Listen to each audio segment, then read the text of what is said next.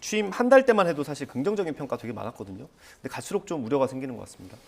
그 하는 것 자체는 긍정적으로 봐야죠. 예. 대통령께서 소통을 강화하시고 본인의 생각을 준비된 거 없이 형식적이지 않은 얘기를 하시는 거잖아요. 예. 네.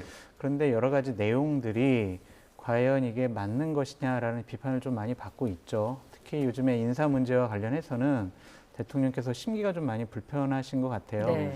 거기서 말씀하신 내용도 좀 부적절하고 좀 많은 국민들에게 이해를 주지 못하는 얘기를 하고 계신다라는 비판도 받고 있는데 저는 좀 더 다른 차원의 문제를 제기하고 싶은 게 뭐냐면요. 네.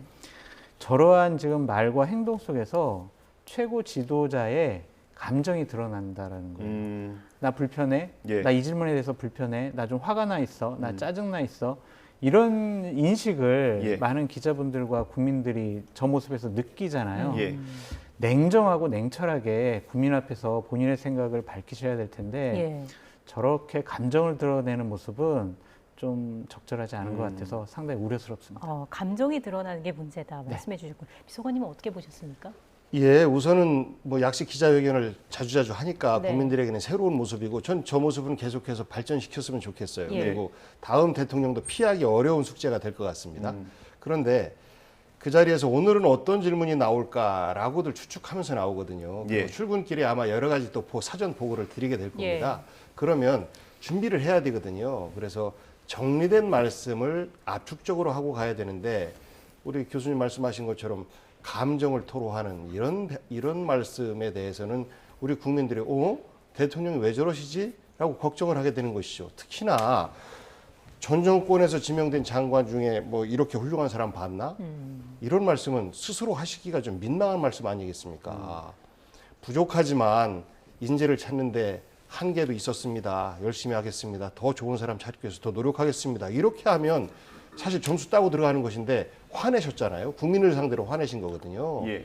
그래서 대통령께서 아무리 정치 경험이 없다 하더라도 비정치인 대통령 윤석열의 어떤 죄송합니다만 민낯을 드러내는 이런 모습들 이러려면 사실 안 하느니만 못하다. 오히려 국민들에게 더 많은 걱정을 끼칠 수밖에 없다. 이런 생각입니다. 예. 지금 사실 경제 많이 어려워서 이럴 때일수록 사실 대통령의 목소리 또 메시지가 되게 중요한데 뉴스에는 사실 이런 도어스태핑 때 했던 얘기 또 박순애 장관 이제 임명장 주면서 했던 얘기들이 많이 나오고 있어요. 그러니까 도어스태핑을 하는 이유가 뭐겠어요? 기자들이 어떠한 사안에 대해서 대통령은 어떤 생각을 갖고 있느냐라는 네. 그 정보와 방향성을 알기 위한 거잖아요.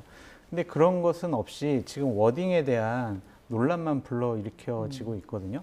그런 것이 과연 옳은 것이냐라는 좀 생각이 들고 정말 좋은 기회거든요. 그러면 저때 정말 국민들을 좀 위로하거나 좀 재치 있게 위트 있게 유머 있게 좀 상황을 돌파하시면은 훨씬 더 국민의 지지를 많이 받았을 텐데 짜증나고 화나는 모습이 보여져서 저 도어 스태핑이 결국에는 지지율 하락에도 영향을 끼칠 수밖에 없다라고 보여집니다. 예. 그러니까 이런 모습 속에서 대통령께서 공부를 안 하시는구나라고 느껴요. 왜냐하면 매일매일 기자들을 대하는 자리에서 오늘은 어떤 질문이 쏟아질지 주요 키워드를 사실 소통실 홍보 담당 쪽에서 이렇게 보낼 텐데 정무 쪽에서도 그렇고 그 몇 개를 이렇게 보고 나름대로 정리한 이런 말씀들을 하셔야 되는데 예. 제가 볼 때는 안 한 것 같아요. 그러다 보니까 정말 뭐 즉각적인 감정적인 이런 발언들이 나오다 보니 이것이 기자들 그 언론인들 입장에서 볼 때는 대통령이 이런 말씀하셨네라고 쓰기 쉬운 그러면서 대통령에게는 상처가 되는 예. 그러면서 또 대통령실 전반 운영에 대해서도 지적을 받는 예. 어떤 이렇게 반복되는 것 아닌가 싶습니다. 예.